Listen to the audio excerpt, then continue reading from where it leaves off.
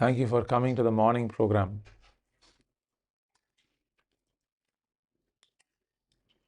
People who are in Sattva-guna are active in the morning. Who are in Rajoguna, they are very active in the daytime. And people who are in Tamoguna, they are active in the night time.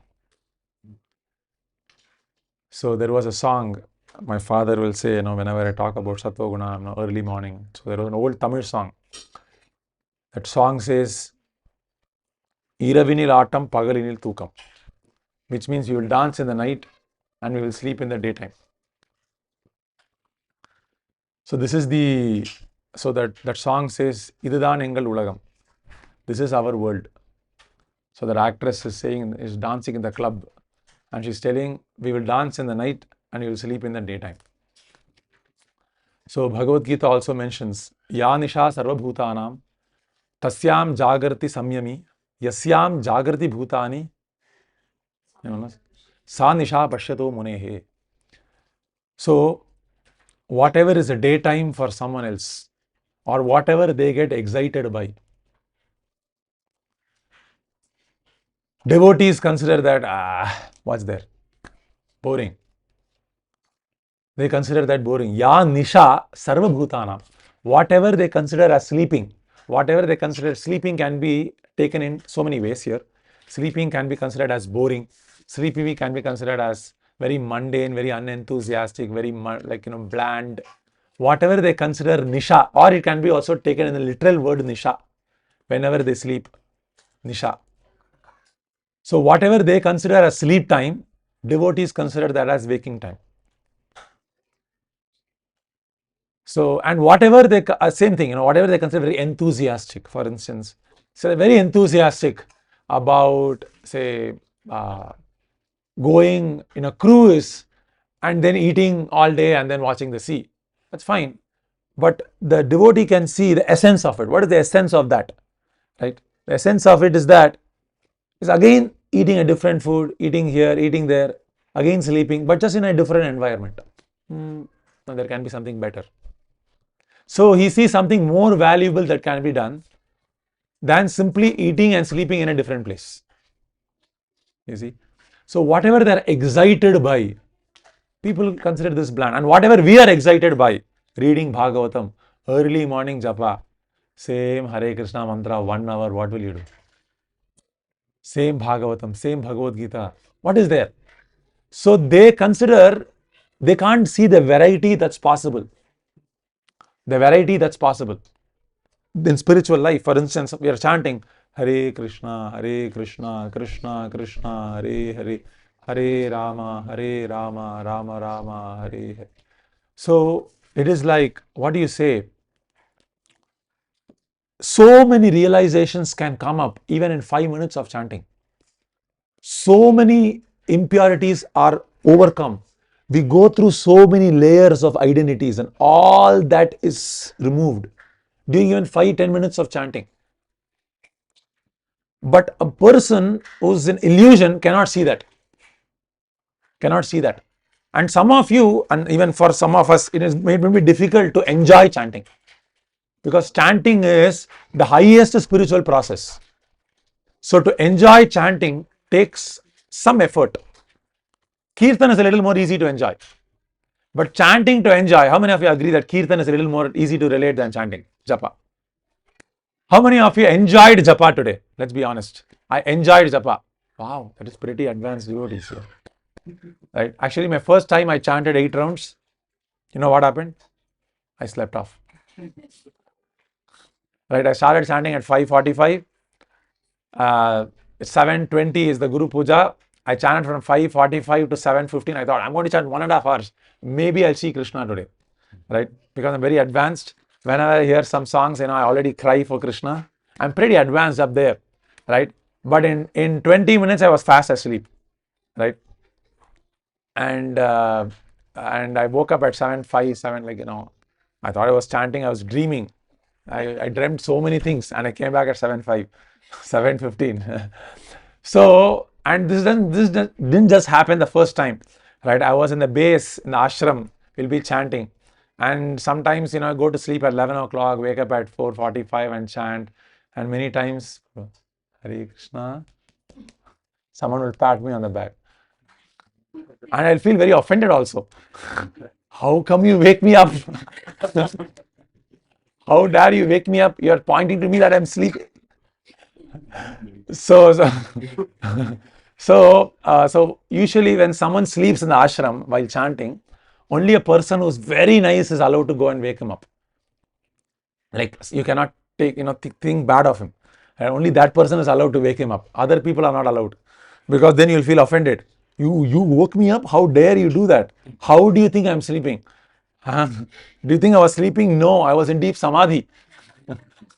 You see, so this is very normal actually. Okay, but you're all pretty advanced, I think. Because most of the time I chanted in the beginning stages. Even right now, I feel sleepy sometimes. So, but even if you feel boring, right, you must understand that the roots are growing. Right, sometimes when you sow the seed and the plant is growing, you can't see the plant growing, and you might think maybe nothing is happening. I'm chanting and I don't feel anything, maybe nothing is happening. No, the roots are growing, right? It is becoming stronger and stronger, right? And the ultimate fruit of chanting, which is to, of course, get Krishna prema, that is like the ultimate ripened fruit of chanting, right? But even the beginning stages, which is, for instance, the buds and the stems and all of that, which is realization, which is like clearing of the heart. You feel very light, you feel very supple, right? You feel very, you feel like you can sit down in one place. This is like the beginning of Sattva Guna, right? You feel like I can sit in one place for like easy another 2 hours easily. I don't even need to wake up. I can simply sit here and chant and be very happy. I don't need to do anything outside to enjoy happiness. I sit here in one place and I can be happy. This is the beginning of chanting. This is just a trailer movie. This is so liberating, right? This thought itself is liberating. I can sit in one place and then be happy. Wow. Wow. Right? This is what Krishna says, Yo antararamaha, antasukha, antarjyotihi. Antararamaha. Antararamaha means to be blissful from inside. Antarjyotihi. To be illuminated by inside. We're illuminated. Antarjyotihi. Antarsukha. This is the beginning of chanting. This is not the end of chanting. This is the beginning of chanting. So this will happen, right? If we little persist, right? So people who can persist will taste the fruits. People who give up very easily, they miss out. They miss out. This is why, we come in the association of devotees and chant. So it's easier. Like I was telling Pradyum Prabhu last week while I was driving back, there was this devotee. I used to feel very boring during chanting. So I used to walk because it's boring to chant. And then the association of devotees, there was a devotee I was telling, his name was Alok Prabhu. First time actually I met one devotee by name Anand Prabhu, and I wanted to get admission to the ashram. Admission to the ashram was very limited because the ashram was just an apartment like this, okay? And we had only a place for 20 people or so like that, right? Because 5 people stay there, 5 people stay there, 5 people stay in the hall, that's it, over, more or less, 15, 20. It's like a two level, right? So one level, 10, 12 people stay, another level 12, that's all. So I didn't get admission to the ashram. So I used to stay in another place because I want some admission, like nice staying with devotees, nice prasadam, nice kirtan every day, every morning, right? It's very good to have a packed weekend devotee program, right? I think Indrasen Prabhu, I think we almost had a packed devotee program the whole weekend, right? Yesterday morning, afternoon, yesterday evening, and then many of you here, right? You felt nice. To have a packed weekend is very blissful. I felt that when I was back, doing my bachelor's. Packed devotee program the whole life for a whole year. Wow, it was exciting for me. But I didn't get admission. But when I first went there, I just used to go for japa. Like you're coming here. I used to just go for japa. And when I first went, there was this devotee and he was chanting. And this devotee was chanting and was chanting, was crying. And he was crying. I was like, wow, he's crying. I am crying that I have to chant. And this devotee is chanting while crying while chanting. Difference, right? I'm crying that I have to chant. Only if chanting was not there, we have the morning program, Kirtan, and directly we go to Prasadam. How nice it would be. Why to have this chanting? I don't know. I thought like that many times, right? Directly Mangalarati, Tulasi Arati, directly go to Prasadam or class or Prasadam. That will be very nice, right? Kirtan Prasadam. Why in between this chanting, right? But this chanting, this devotee was crying while chanting. Like, wow, that means there is some bliss, right? I am not seeing the whole of it. I'm not seeing the whole of it. So this is the beginning of spiritual life. You know what is the beginning of spiritual life? Not faith. Not faith. You know what is it? It is doubt. It is doubt. We doubt our own understanding of reality, whether I am seeing the whole of it or not. This is the beginning.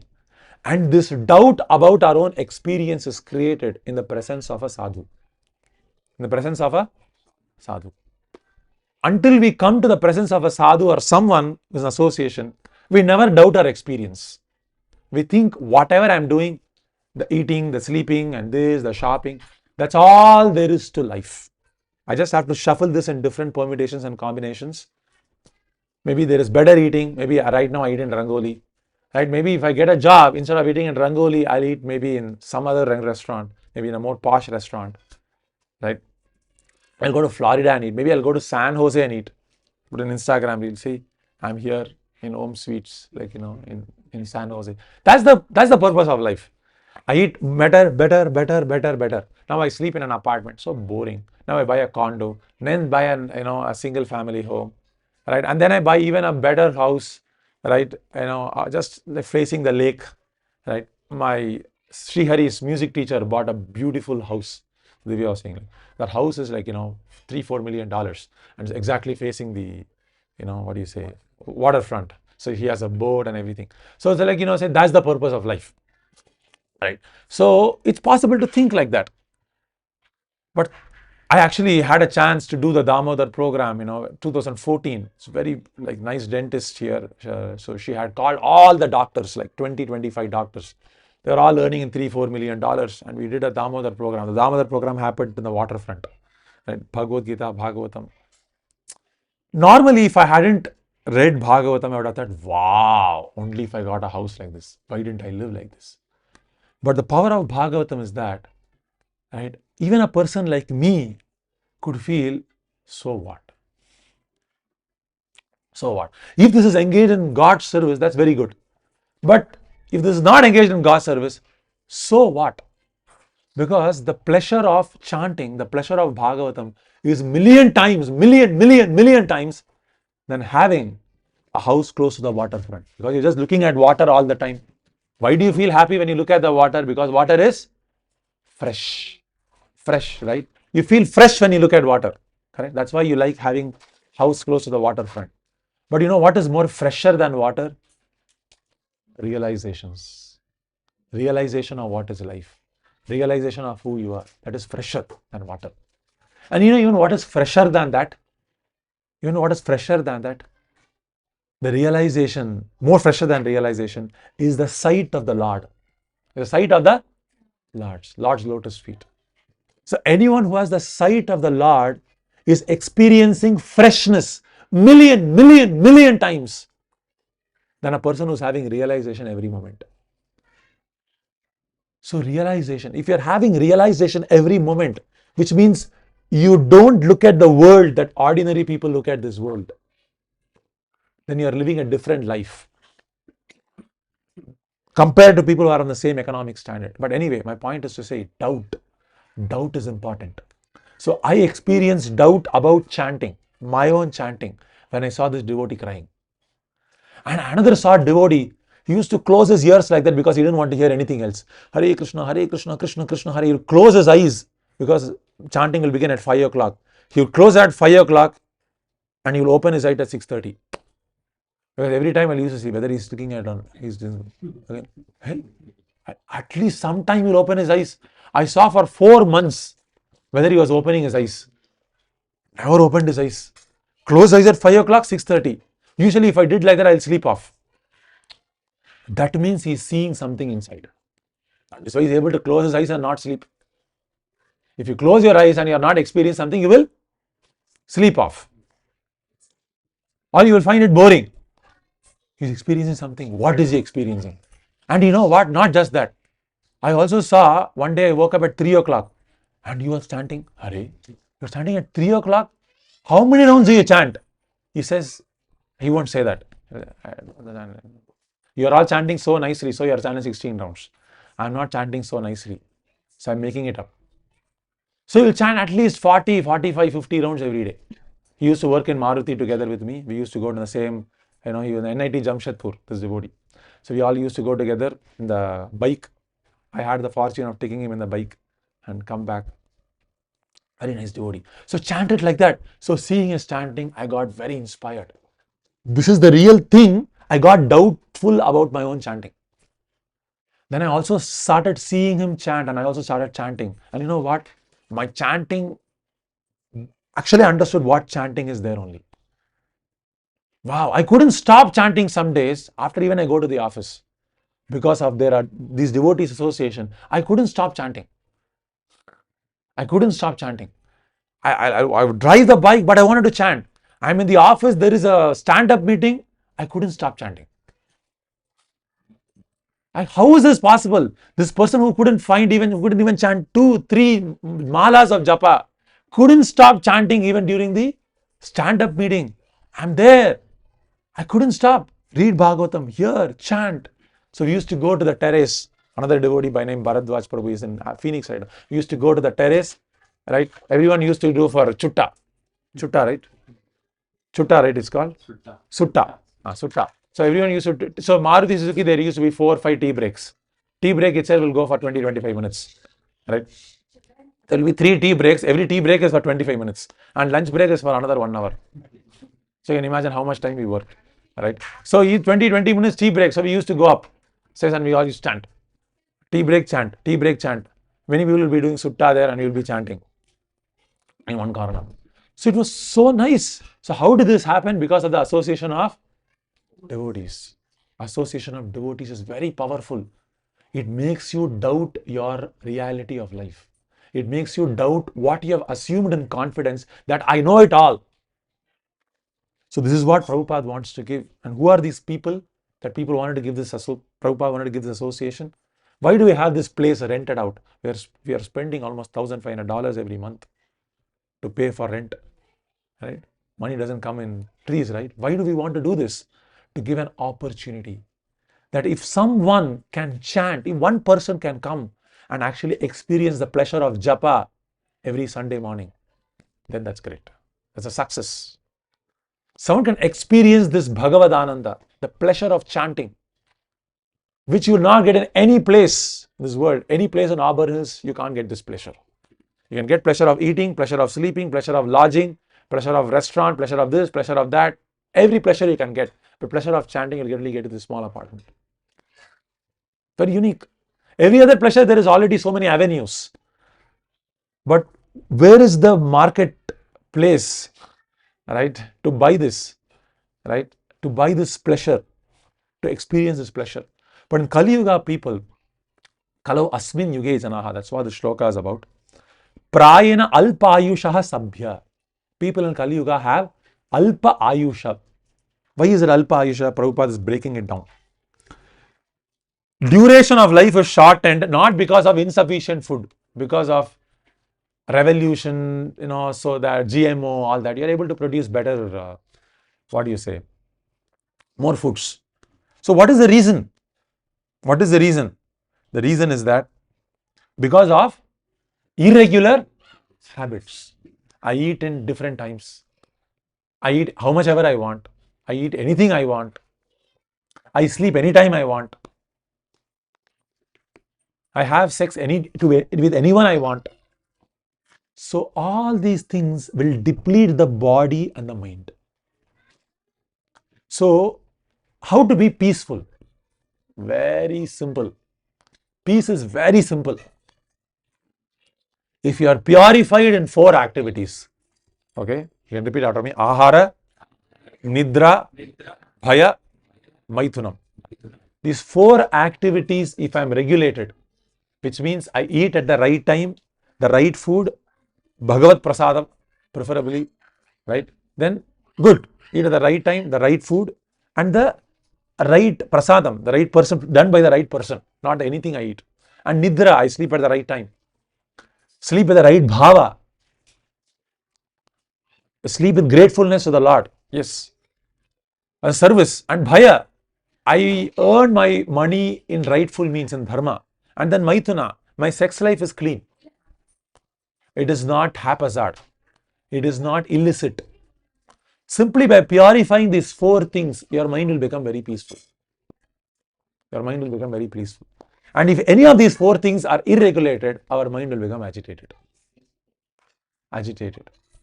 Agitated. And the most worst thing is sex life. The sex life is unregulated, which means I'm not concluded who will I marry, or I'm jumping here or there. Immediately the mind will become tensed. What is there? What is here? What is there? So this irregular habits is very bad. So by keeping regular habits and eating simple food, any man can maintain his health. Simple food.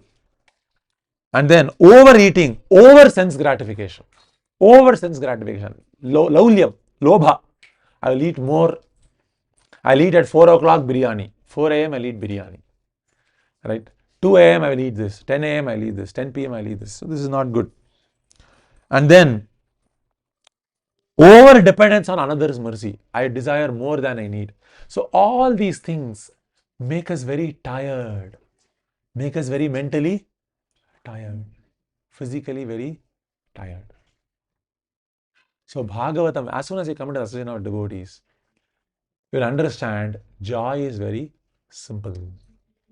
It's very easy to be joyful. You don't have to do a lot of hard work to be happy. Happiness is very simple. This is the meaning of spiritual life. How uncomplicated can your definition of happiness become? That's all. If your definition of happiness inside has become uncomplicated, and it cannot happen by philosophy alone, it can become by experience. I experience the pleasure of japa. I experience the pleasure of serving someone. You know, what is I experience this pleasure when I was saying the association of devotees. One of the best pleasure you can have is actually offer obeisances to devotees in great humility. I want to serve you. I'm very grateful to be in your association. To feel that from the bottom of from my heart.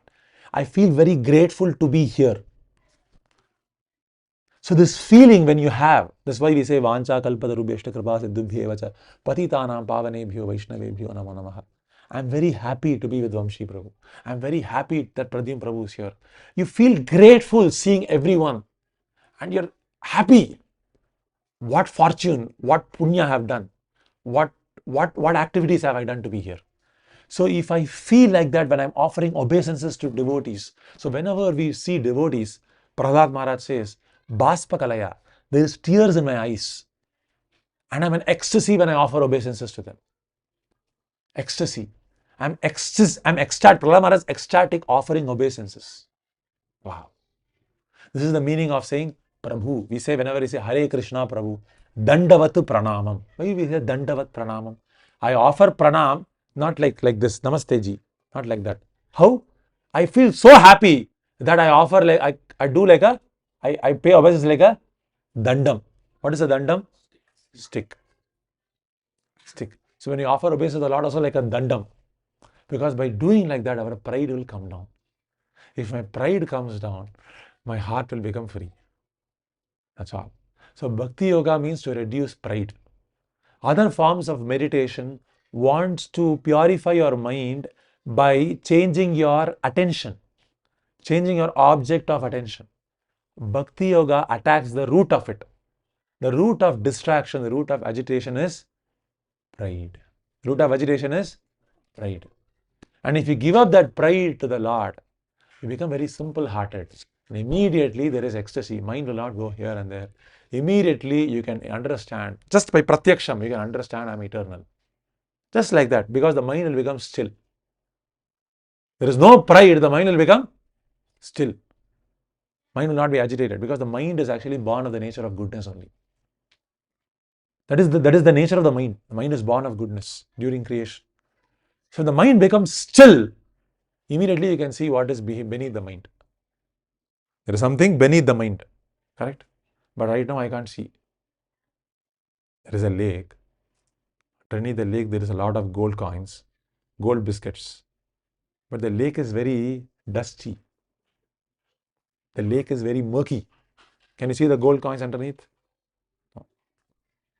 Similarly, the mind is very unclean because of all these things Prabhupada is saying. Bhagavatam is telling. And all the rishis are asking, what will Kali Yuga people do for their happiness? So everyone is having a roundtable conference. They're having a workshop. Right? In that workshop, they're having different, group sessions, and they're brainstorming. How will people become happy? That's what they brainstorm. Right? We brainstorm how to generate revenue, how to generate leads. Right? Let us look at some tabular dashboards. Let us look at this. Let us look at that. Why are we not increasing sales? Why is this product not going? What are the competitors doing? What is the problem with this design?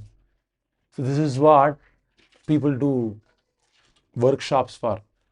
But rishis, great devotees, they do workshops for the benefit of others. This is the meaning of being born in India. What is to be born in India?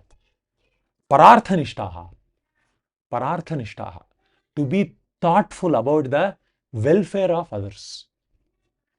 To be thoughtful about the welfare of others.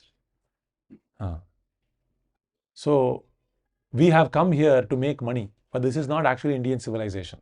I mean, I'm guilty of that. I'm saying this for my own purification. But Srila Prabhupada said, Indian will not come here anywhere to actually get from someone. Indian must always go to give. That is the meaning of being wealthy. If you're saying India is very richest, I come to give. Correct? When can you give? When you have everything. Correct? So when you have the spiritual treasure, then we can be in the mood of giving. Or else it's not possible. We all can talk. Right? All corporate companies can talk about giving, but no one can give. No one can give. Everyone wants to take in the guise of giving. Correct? In the guise of giving, everyone wants to take. Everyone wants to cheat in this world. I mean, we don't blame them, because the reason is they don't have something to give. They themselves want something. Only person who can give is that one who has installed the Lord in his heart. He immediately feels complete. Purnamadaha purnavidam purnat purnamadachyate purnasya purnamadaya purnameva avashishyate. So if you have Bhagavan in your heart, Krishna in your heart, you will feel complete. This feeling of completeness will come. You will not go here, there, this will not come. And then we can give. Keep on giving, keep on giving, keep on giving. Ultimately give Krishna himself, because that is the ultimate giving you can do. Because he himself wants to give himself. This is the purpose of Bhagavad Gita. What is the purpose of Bhagavad Gita? God wants to sell himself because of his love. Right? Because of the love that Krishna has for us, he wants to sell himself to me. Please buy me. Please have a relationship with me. He's writing a love letter. But Kali Yuga people are very insensitive, very dull. They can't understand. They can't understand what is being mentioned. Kalo asmin yuge janaha. Asmin yuge janaha. So the 3 times this word is used. Which word is used 3 times in the shloka? Huh? Huh? What is the word that is used 3 times? Which word is used 3 times in the shloka? Manda. Correct. The word mandam is used 3 times. Right. So someone is offering me a gold coin. I'm saying, sorry, my hand is full with lot of mud. I can't take this. What is this person? Is very foolish, right? Someone is giving me a gold biscuits. So my hand is full of mud. Sorry, I cannot take. So drop that mud and take those biscuits, right? Right. But I'm not ready to do that. I'm very attached to this mud. I can't give this up. Right? Like, what do you say? Why do you have to be attached? I don't know. I'm very attached. I've had this mud for a long time in my hand. I got this when I was 4 years old. Until then, I've been holding this mud. What can I do? I don't want to give up these biscuits. I've been here for so long. I like this mud. It is my mud. My parents gave it to me, right? My wife gave this. Similarly, me and mine, we are holding on to this dirt. So Krishna says, fool, give this up. Sarva dharman parityaje mamekam sharanam vraja. You see, this is called manda. Manda means physically there are three types of laziness. I'll just talk about this and conclude. Three types of laziness: physical laziness, mental laziness, and then physical laziness, intellectual laziness, and spiritual laziness. Physical laziness is where, of course, I just want to sit down and watch Netflix all day. I just want to keep on browsing Instagram. I don't want to wake up from the bed, right? Even if I wake up, I want to keep looking at the phone, browse for 1.5, 2 hours. I think this is relaxation. I think relaxation means to waste time, right? This is what I think right now. But the end goal is that after the relaxation of 1.5 hours, I feel frustrated with myself. It doesn't relax me. It ends up frustrating. How many of you agree? Everyone agrees. Unanimous. Correct. So this is what I think as relaxation. So this is physical laziness. This is physical laziness. So where we don't want to chant Hare Krishna mantra, right? Or we don't want to read Bhagavad Gita. Spashtam we must read. Loudly read. Don't worry being wrong. Whatever, doesn't matter. Chant loudly, read loudly, clap. Will all overcome laziness, physical laziness. Right? If you want dance, what is the problem? Right? So dance, chant, sing, read, have nice prasadam, serve nicely devotees, wash the pots, clean your house, clean the restroom, seeing everything as the part and parcel of the Lord. In this way, overcome physical laziness. We should never sit idle actually. So initially, we should first combat physical laziness first. And you conquer physical laziness by doing a lot of physical activity. Keep on doing something in your house. Right? Either cutting vegetables for the Lord, or cleaning the house, or going out for book distribution. Right? If you're going for Bhagavad Gita distribution, go for outreach. Right? Go to the temple, come to the temple, or dance in the Lord. So many programs happening here, there. Or you arrange a program and invite us. Some way or the other, overcome physical laziness. Keep on strategizing for the Lord. This is overcome physical laziness. The second level of laziness is intellectual laziness. Intellectual laziness, of course, is a little more subtler. Intellectual laziness means we are not ready to understand why we are suffering. Don't tell to philosophy. Tell me what should I do next. So we want to do something. We don't want to do jignasa. Right? Jignasa. Athato Brahma Jignasa. So this is the beginning of Brahma Sutras. One must inquire. Inquire. Because curiosity is what defines a human being. I can say 100 things today, but you'll forget everything when you go back. But if you have a curious mindset, you're not intellectually lazy, you will do vicharam of what you heard. And you'll do vicharam of what you read. And by doing vicharam, I see this, I see that. So some devotees have a lot of questions. Very good. You're not intellectually lazy. You're not intellectually lazy. We should keep on contrasting. I experience like this, but you are telling like this in the Bhagavad Gita. It doesn't add up. Tell me. We must ask questions. If you accept everything I say, something is wrong. Something is wrong. Right? Something is wrong. No. There must be intellectual curiosity. Right? Jignasa, vichara. Yes, why is this happening? Why is that happening? What is the purpose of life? In this way, there is vichara must be there. Jignasa, Brahma Jignasa. So we are doing jignasa about so many things. Right? What happened to the cricket match? What happened to the football match? What happened to Trump? What did he speak today? Right? Right? How did he make people angry? Right? So something or the other we are curious. Right? What did Modi say? What did Rahul Gandhi say? Or what to say? Right? What did the celebrity say? Why did Deepika Padukone become depressed? Right? Whatever. Correct. Something or the other I'm curious. Correct. Okay. What did this person eat? Where did he go for vacation? Something like that I'm curious. Pigeon is also curious. A cat is also curious.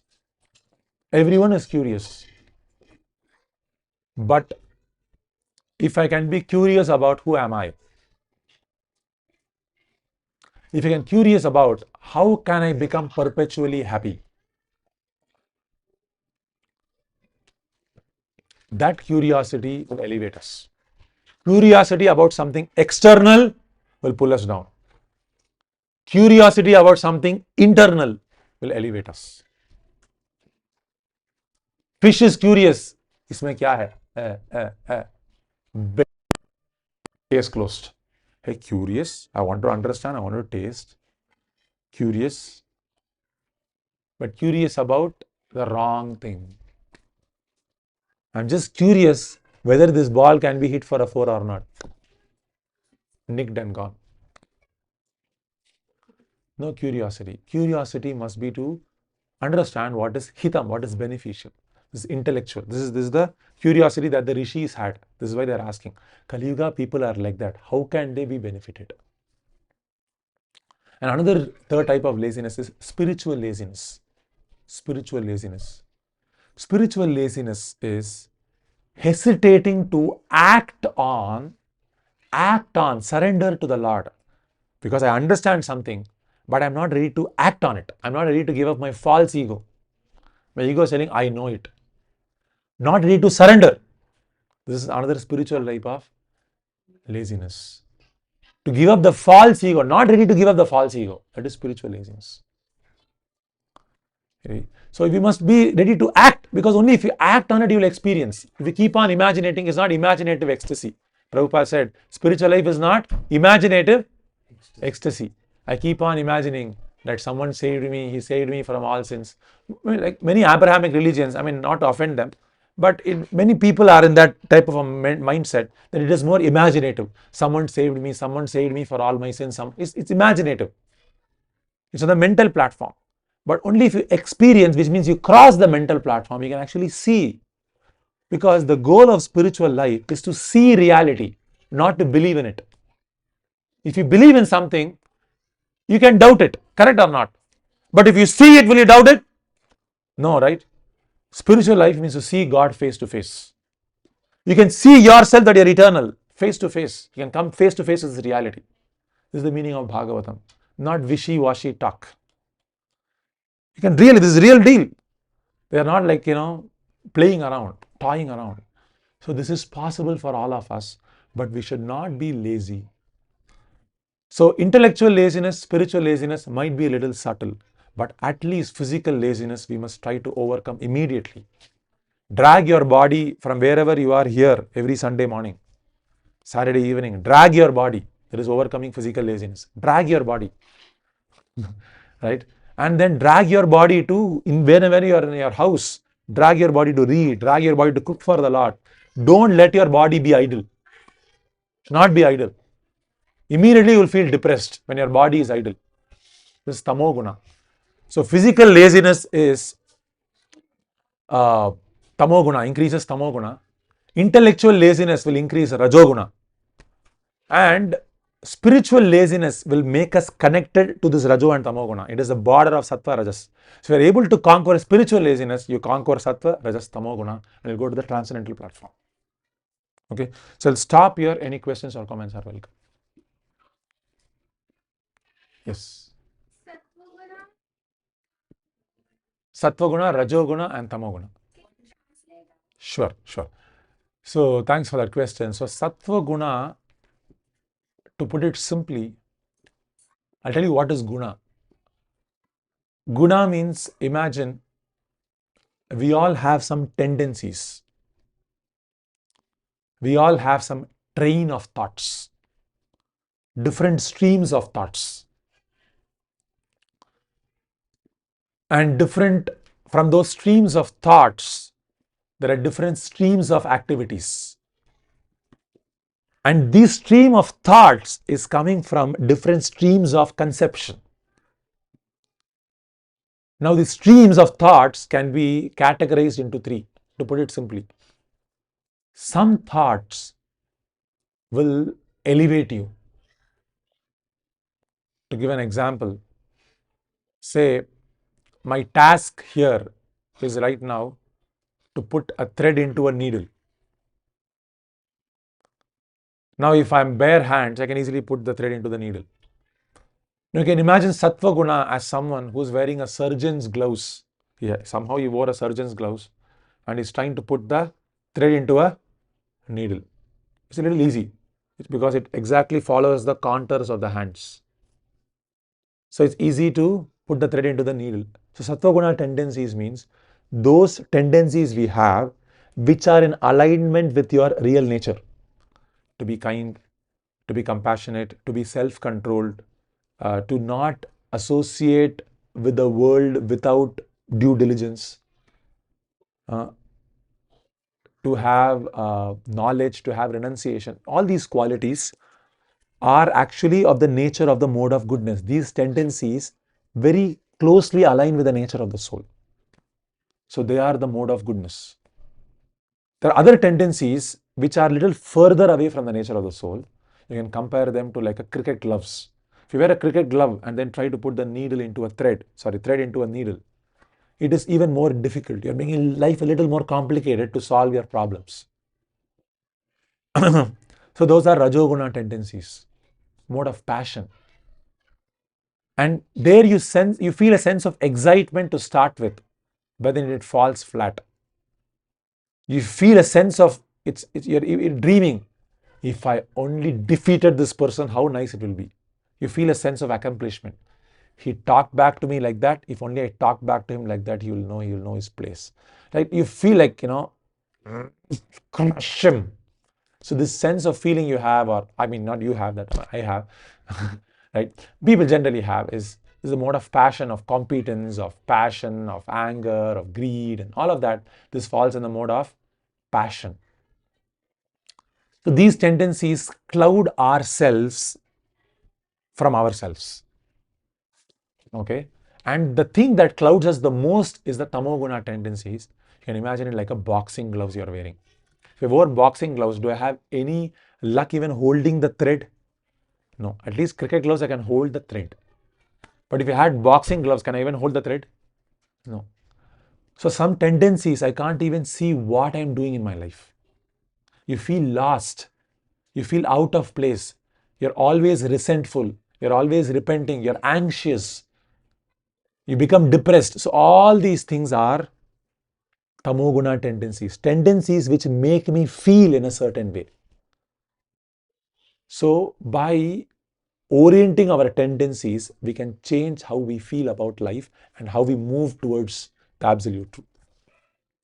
So these are the three gunas: mode of goodness, mode of passion, and mode of ignorance. So goodness is sattva guna. Sattva means you are in the present, you are in the real reality. Sattva, sat means existence, real. Satya, sat, everything comes from the same word. Sattva, that which is of the nature of reality, brings you closer to reality. Rajo means jayate, where it's a sense of creation. You want to create something, you want to build something, you want to grow, multiply. This is Rajoguna. That sense is Rajas. Tamaha. Tamaha means the sense of forgetfulness. Tama, mrityu. So it leads to darkness and ignorance, indolence, sleep. All these are tamoguna. Okay. Any other questions? Is that clear? Any other questions or comments? Okay, so thank you, devotees, for your association. Hope to have it week after week. Granthra Srimad Bhagavatam ki, Srila Prabhupada ki. Hare Krishna.